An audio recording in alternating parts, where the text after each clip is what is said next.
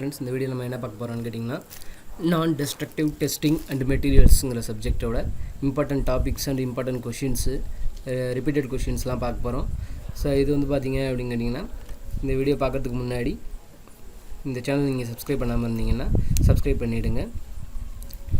வாங்க இப்போ வீடியோக்குள்ளே போகலாம்.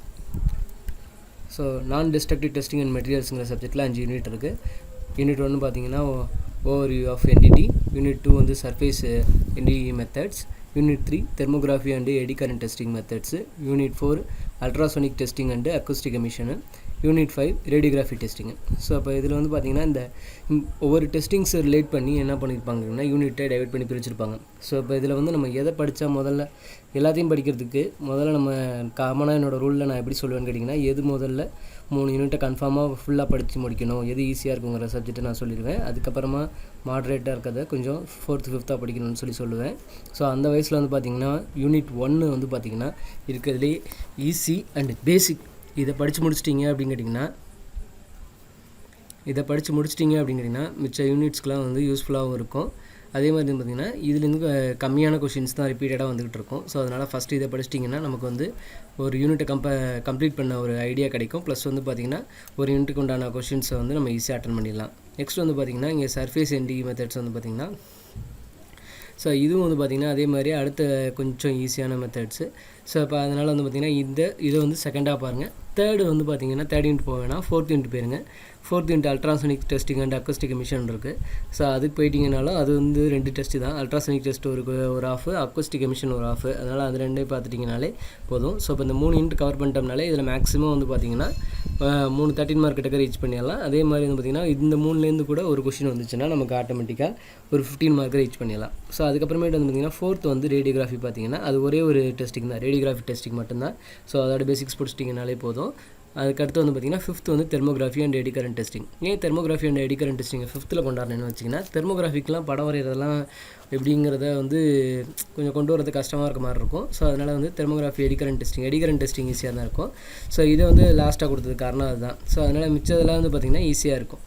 ஸோ அதனால் ஃபஸ்ட்டு வந்து பார்த்திங்கன்னா யூனிட் 1 படிங்க, செகண்ட் வந்து யூனிட் 2 படிங்க, தேர்ட் வந்து பார்த்திங்கன்னா unit 4 ultrasonic testing and acoustic emission பாருங்கள்.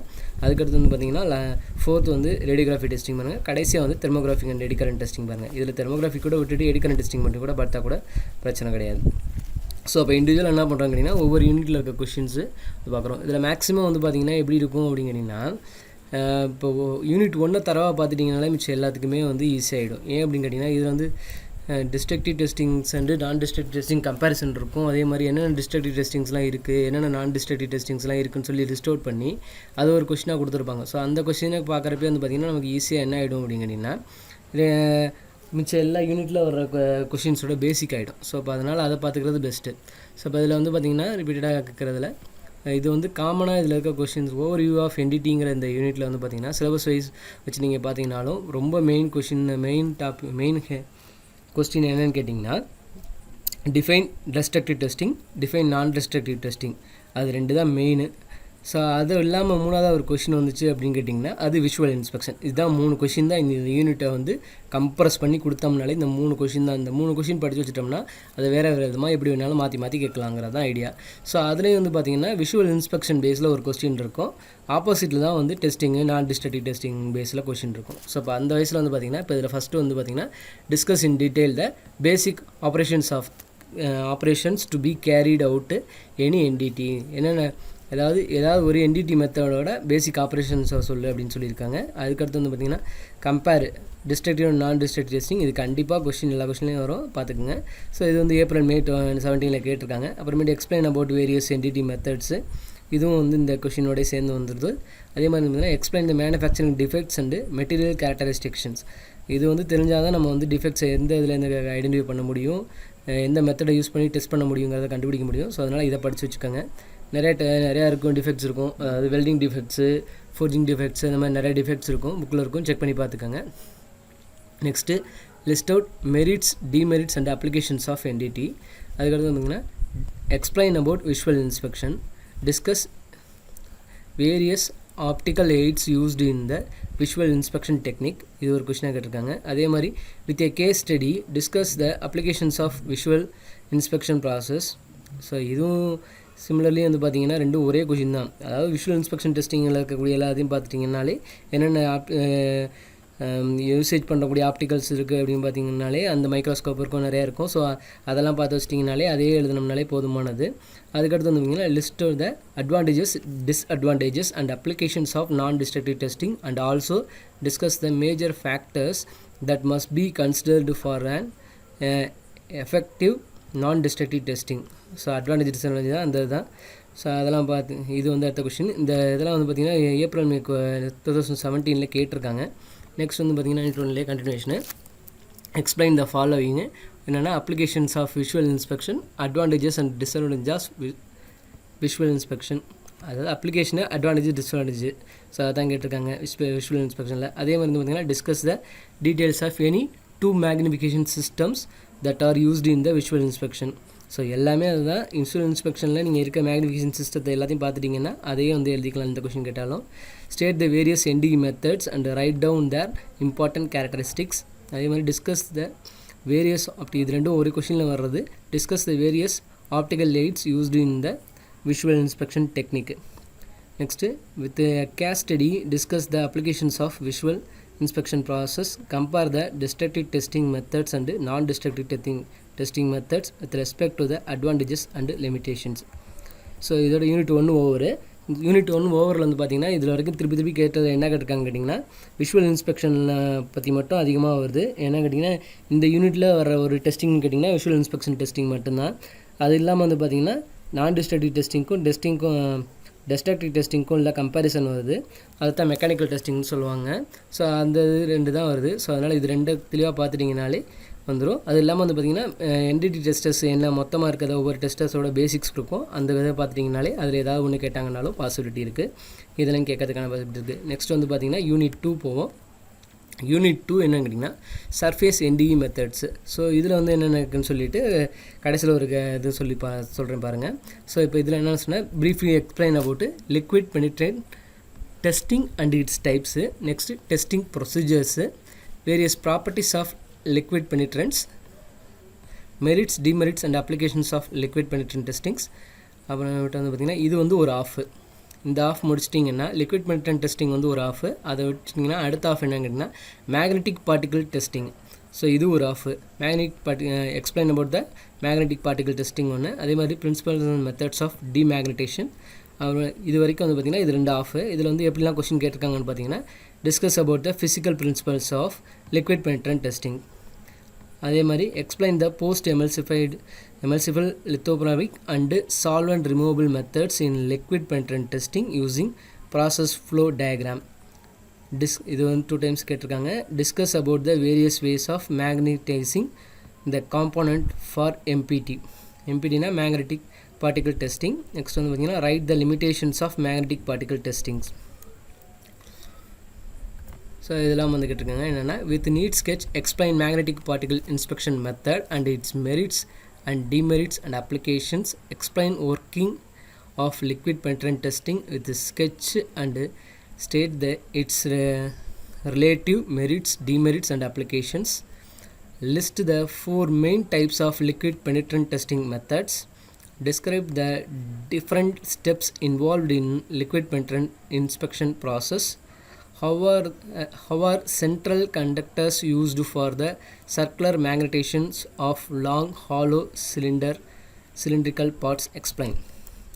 ஸோ இது வந்து பார்த்திங்கன்னா செகண்ட் யூனிட்டுக்கு. ஸோ இந்த செகண்ட் யூனிட்டில் வந்து பார்த்திங்கன்னா கம்பைனாக நம்ம பார்த்தோன்னு கேட்டிங்கன்னா 2 கொஷின் தான். ஒன்று வந்து லிக்விட் பெனிட்ரன்ட் டெஸ்டிங்னா என்ன, இன்னொன்று வந்து பார்த்திங்கன்னா மேக்னெட்டிக் பார்ட்டிகிள் டெஸ்டிங்னா என்ன. இது 2 புரிஞ்சினாலே ஆட்டோமேட்டிக்காக அதுக்கு ரிலேட்டடாக எழுதலாம். இந்த 2லேருந்து தான் கொஷின் கேட்டாகணும். அது ஒரு ஆஃப், இது ஒரு ஆஃப், அவ்வளோதான். நெக்ஸ்ட்டு ஸோ அதிலே பாருங்கள் இன்னொரு செட் ஆஃப் இருக்குது. The strength, direction and distribution of magnetic field are generally affected by the type of currents used for magnetization. Justify the statement with detailed discussion on the type of current used in the magnetic particle inspection. So இது ஒரு தடவை கேட்டிருக்காங்க அந்த question. அது எப்படி question கேட்குறாங்கிறதுக்காக தான் நான் உங்களுக்கு கொடுக்குறேன். ஸோ இதுக்கு நம்ம ஸ்ட்ரெயிட்டாக வந்து மேக்னெட்டிக் பார்ட்டிகல் டெஸ்டிங்கை எக்ஸ்பிளைன் பண்ணி எழுதுனா கூட நமக்கு பாதி மார்க் கிடைக்கிறதுக்கான பாசிபிலிட்டி இருக்குது. தெரியலனா கூட. With a case study, discuss on the inspection process of liquid penetrant testing in conjunction with another non-destructive method. write the limitations of magnetic particle testing, discuss about the physical principle of liquid penetrant testing. So next வந்து பார்த்திங்கன்னா unit 3 பார்க்குறோம். இதில் வந்து thermography and eddy current testing இருக்குது. So இதுக்கு வந்து பார்த்திங்கன்னா இதில் தெர்மோகிராஃபி ஒரு ஆஃபு, எடி கரண்ட் டெஸ்டிங் ஒரு ஆஃபு. ஸோ கொஷின் பார்க்கலாம். Briefly explain about thermographic testing methods, explain various techniques applying for the liquid crystal, briefly explain about eddy current testing, explain about construction and working of eddy current testing, briefly explain different types of arrangement of eddy current testing, discuss advanced eddy current testing methods, discuss about the various types of coils used for eddy current inspection, discuss the principle of acoustic emission technique and various parameters involved in the testing process,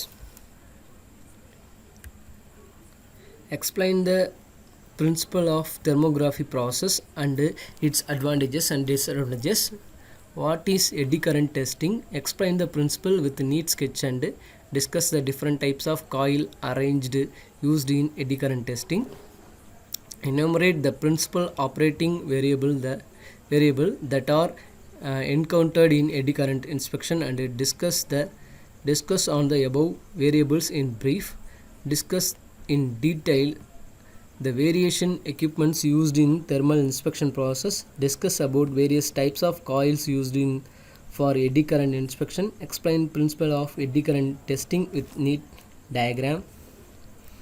so இதெல்லாம் 3ல் கொடுத்துருக்காங்க.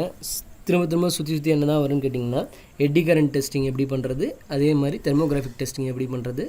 இதில் some டெக்னிக்கலாகவும் question கேட்கலாம். So அது தெரியாமல் விட்டு மாட்டிக்கூடாது. எதில் வந்து டெஸ்டிங்கை explain பண்ண சொல்கிறாங்களோ அதை எழுதுறது better. Next unit 4 ultrasonic testing and acoustic emission. So இதில் வந்து பார்த்திங்கன்னா explain briefly on production of ultrasonic waves, explain about principles of ultrasonic testing methods, discuss about various ultrasonic testing methods, list of the various applications, merits and demerits of ultrasonic testing, explain A scan, B scan, C scan, explain about acoustic emission techniques and various parameters, list out the various application, merits and demerits of acoustic emission. So இது வரைக்கும் வந்து நான் அதாவது important டாப்பிக்காக கொடுத்துருக்காது. அது எப்படி கொஷினாக கேட்டிருக்காங்கன்னு பார்த்துக்கோங்க. Describe the various types of ultrasonic waves on the basis of the mode of particle displacement, discuss about the various way of data interpreted in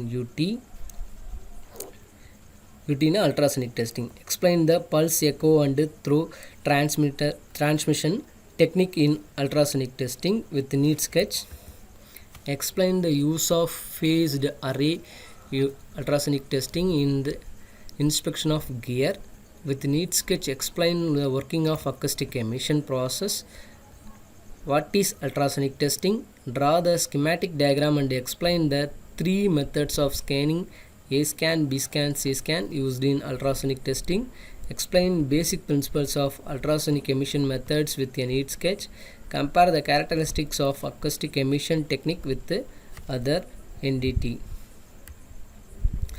What are the basic properties of ultrasonic waves? Describe the 2 main ultrasonic techniques. Explain the pulse echo and pulse echo and through transmission technique in UT with the neat sketch.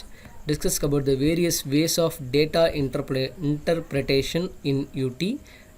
Describe the various types of ultrasonic waves on the basic of mode of particle displacement. Discuss the principle of acoustic emission technique and various parameters involved in the testing process. So இது unit 4ல் ultrasonic டெஸ்ட்டும் acoustic emission testing மட்டும் கொடுத்துருக்காங்க. So அதை தான் சுற்றி திரும்ப கொஷினாக வந்துட்டுருக்கு. ஸோ அதை பார்த்துக்கோங்க. டிரான்ஸ்டியூசர் அல்ட்ராசோனிக்கில் வந்து அல்ட்ராசோனிக் வேவ்ஸ் ப்ரொடியூஸ் பண்ணுற டிரான்ஸ்டியூசர் பற்றி கொஞ்சம் பார்த்துக்கோங்க, அது கேட்கலாம். நெக்ஸ்ட்டு ரேடியோகிராஃபி ஒன்று தான், அதில் எக்ஸஸாக வர்றது டோமோகிராஃபின்னு ஒன்று இருக்கும். ஸோ அதை அதிலே பார்த்துக்கலாம்.